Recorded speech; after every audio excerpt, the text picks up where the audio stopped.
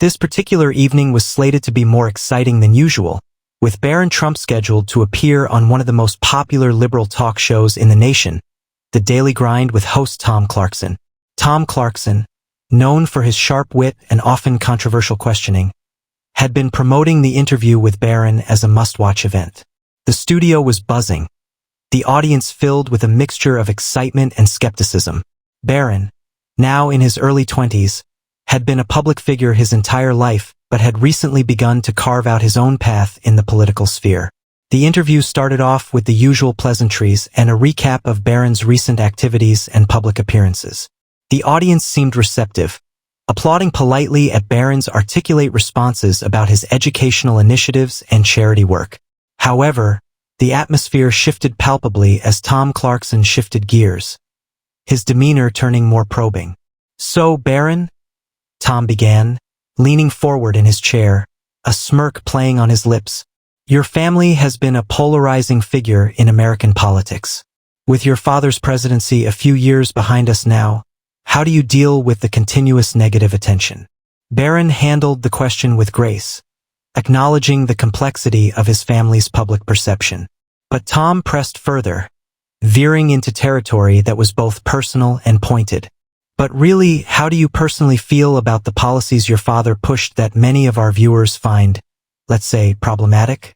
Do you stand by them, or do you see now what a mess they've caused?" Barron paused, his expression unreadable. The studio fell silent, the tension thick. Then, calmly and with a surprising firmness, Barron replied, "Tom, I'm here to talk about the work I'm doing now.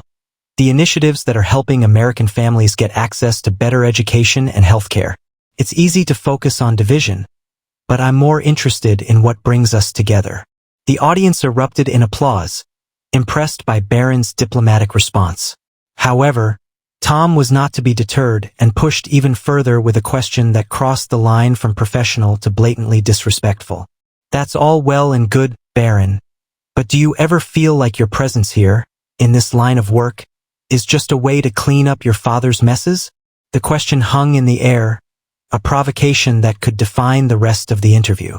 Barron's next move would shock not just the studio audience but the entire nation. The question hung heavily in the air, every eye in the studio fixed on Barron as the audience held its collective breath. A lesser man might have faltered under the weight of such a pointed insult, but Barron maintained his composure. His eyes, however, hardened slightly, signaling that he was not about to let this slide. "Tom," Barron began, his voice steady and clear, "I believe that's an unfair characterization, not just of my work, but of any person who steps up to serve in the face of adversity. Cleaning up messes, as you put it, is part of leading, part of making things better for everyone, regardless of past administration's actions." The audience was silent, waiting for more. Barron leaned forward, a sign of his engagement and seriousness. "And to answer your question directly, no, I don't see my role as cleaning up anyone's messes. I see it as an opportunity to contribute positively and build on the foundations laid before me, whether I agree with them or not." Tom Clarkson blinked, perhaps not expecting such a poised rebuttal. He smirked, about to retort, but Barron wasn't finished. "And to be very clear, Tom, my efforts and initiatives are focused on the future, on progress, on uniting people, something we need more than ever. Perhaps, instead of dwelling on divisiveness, we should be promoting understanding and cooperation." The audience erupted in applause, louder and more enthusiastic than before. Some stood, their claps echoing off the studio walls, signaling not just their support for Barron's words, but their appreciation for his maturity and vision. Tom, a seasoned host, tried to regain control of the interview, his smile tight. "Well, Barron, that's a commendable viewpoint. Let's talk more about these initiatives then. What's your main focus right now?" Barron's detailed explanation of his projects followed, discussing educational reform and healthcare access. But the tone of the interview had shifted. The viewers at home and the people in the studio now saw not just the son of a former president, but a young man passionate about making a tangible difference. As the interview progressed, clips began to circulate on social media, snippets of Barron's poised response to Tom's provocation. The narrative began to take shape not as one of a heated confrontation but of a remarkable moment of grace and strength. Barron Trump, the young man so often in the shadow of his father's larger-than-life persona, was becoming a headline for all the right reasons. As the interview wrapped up, the studio audience continued to buzz with energy, clearly impressed by Barron's handling of Tom Clarkson's provocations. Outside the studio, however, the reaction was growing exponentially. Social media platforms were ablaze with clips and quotes from the interview, each iteration spreading Barron's words further across the digital landscape. By the next morning, Barron Trump's interview had become the top story on news outlets across the country. Commentators praised his maturity and diplomatic skills, contrasting his demeanor with the often tumultuous political climate.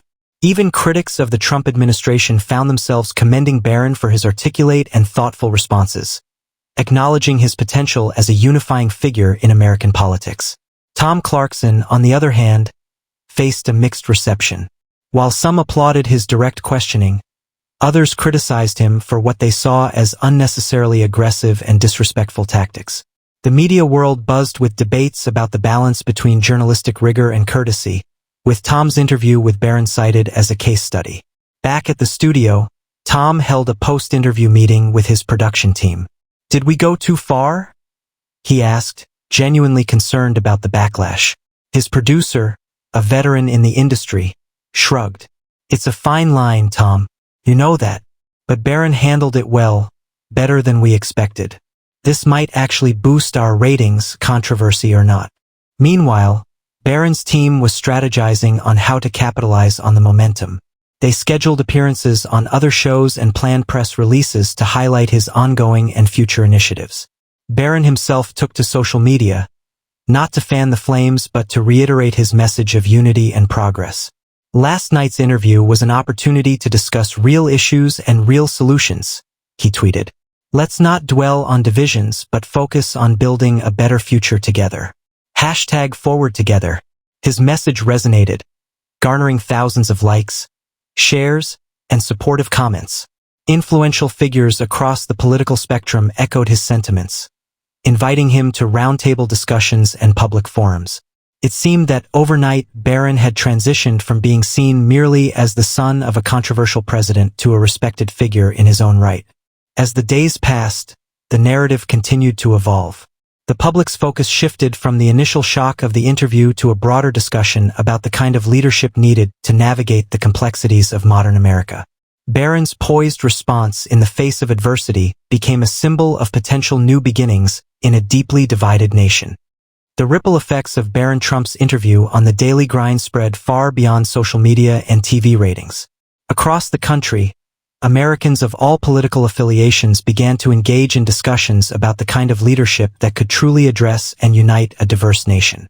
Colleges and universities set up forums and debates, using Barron's responses as a benchmark for political discourse. Meanwhile, Tom Clarkson's approach in the interview became a topic at journalism schools, sparking debates about the ethics of media provocations versus the need for accountability. Tom himself appeared on a few panels, sometimes defending his tactics, other times conceding that the reaction to his approach served as a valuable lesson in the power dynamics of media interviews. In Washington, D.C., several lawmakers who had served with Barron's father reached out to Barron, offering both congratulations for his conduct and invitations to collaborate on bipartisan initiatives. This was a testament to Barron's emerging role as a bridge builder in a political landscape starved for cooperation. Amidst this, Barron embarked on a national speaking tour. His first stop was at a major university where he was invited to speak about leadership and civic engagement. Here, he expanded on his vision, one that transcended traditional partisan lines, advocating for policies that fostered national unity and innovation. "I stand before you not just as a politician, but as a citizen deeply invested in our country's future," Barron told a packed auditorium.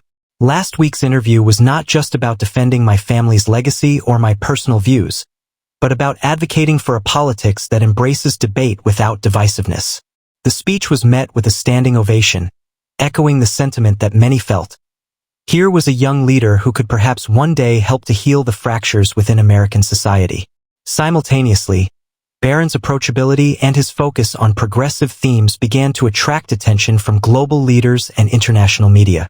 Invitations came in from overseas, asking him to speak on global cooperation and youth leadership, further cementing his status as a rising political figure. As the weeks turned into months, the narrative of that fateful interview faded into the background, replaced by Barron's ongoing efforts and initiatives. The national conversation shifted. Now, the focus was on how young leaders like Barron were redefining political engagement, promoting an inclusive agenda that sought to bridge gaps rather than deepen them. As the year progressed, the impact of Barron Trump's poised confrontation with Tom Clarkson began to crystallize into something larger than a single television moment. It became a launching pad for a broader movement towards civil discourse in America's political landscape. Barron's ability to transform a potentially damaging situation into a profound national discussion exemplified his emerging role as a catalyst for change. With the nation's eyes watching, Barron continued to advocate for policies that emphasized education, technological innovation, and healthcare reform. His efforts were not just confined to speeches and public appearances. He actively participated in legislative processes, working closely with members of both parties to draft bills that aimed to provide practical solutions to long-standing issues. In one landmark initiative, Barron helped spearhead a bipartisan effort to overhaul the public education system, introducing technology-driven learning solutions that could be tailored to the needs of diverse student populations across the country.